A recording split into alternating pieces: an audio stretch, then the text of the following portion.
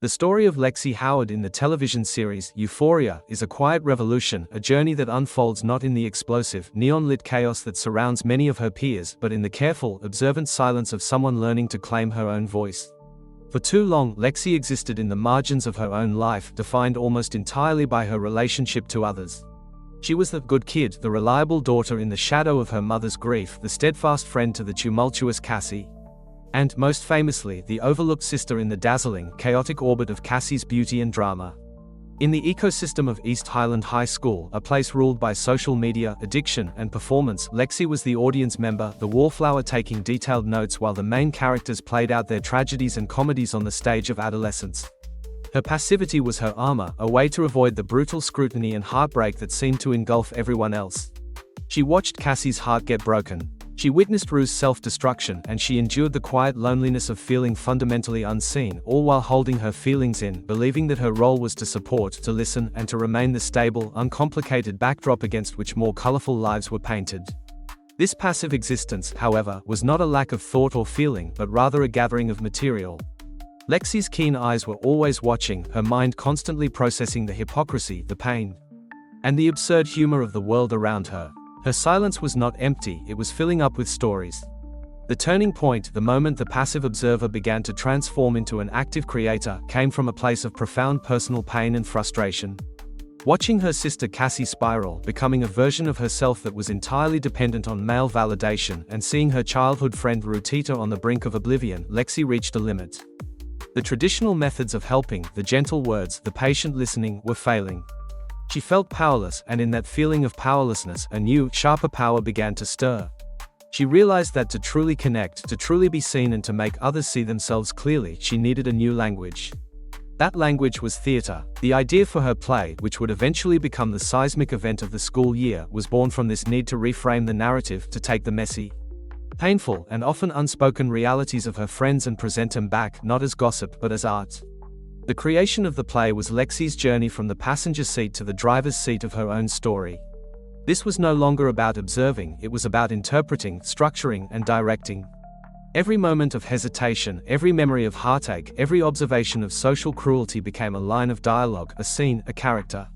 She actively wrestled with the ethics of her project. Was it betrayal to use her friends' lives as source material? Or was it, in her mind, the most honest form of love she could offer, a stark, unflinching reflection? In writing the play, Lexi was no longer just Cassie's sister or Rue's friend, she was an artist, a playwright, an author of her own perspective. The act of writing was an act of courage, a declaration that her viewpoint, long considered unimportant, held value and insight. She began to make active choices for herself, stepping out from the shadows in small ways. Like pursuing a crush on Fezco, a gentle drug dealer who, notably, saw her for who she was, not as a comparison to her sister. This romantic subplot was crucial, as it represented Lexi choosing a connection that was entirely her own, separate from the social hierarchies of high school, a relationship where she was the sole protagonist.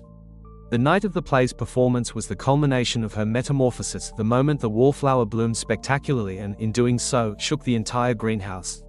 From her position backstage, Lexi became the puppet master of the school's social fabric, if only for one evening. She directed the narrative, literally and figuratively. The play was a brutal, funny, and heartbreakingly accurate mirror held up to everyone in the audience. For the first time, Lexi was not just telling her story.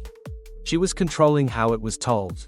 The reactions were volcanic. Cassie, seeing her most private humiliations and insecurities dramatized for public consumption, erupted in a fury that was as much about the painful truth of the portrayal as it was about the shock that her quiet sister was the one delivering it. Nate Jacobs, the embodiment of toxic masculinity in their world, saw his persona dissected and mocked, his power momentarily neutered by the spotlight of satire. The audience laughed, gasped, and squirmed, completely under the spell of Lexi's vision. In that moment, she was the most powerful person in the room.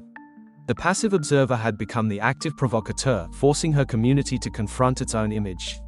The aftermath, of course, was messy, because truth-telling always is. Bridges were burned, friendships were strained, and Lexi had to face the real-world consequences of her artistic choices. She learned a hard lesson about the difference between having the right to tell a story and the complex morality of how you tell it. Especially when it involves people you love.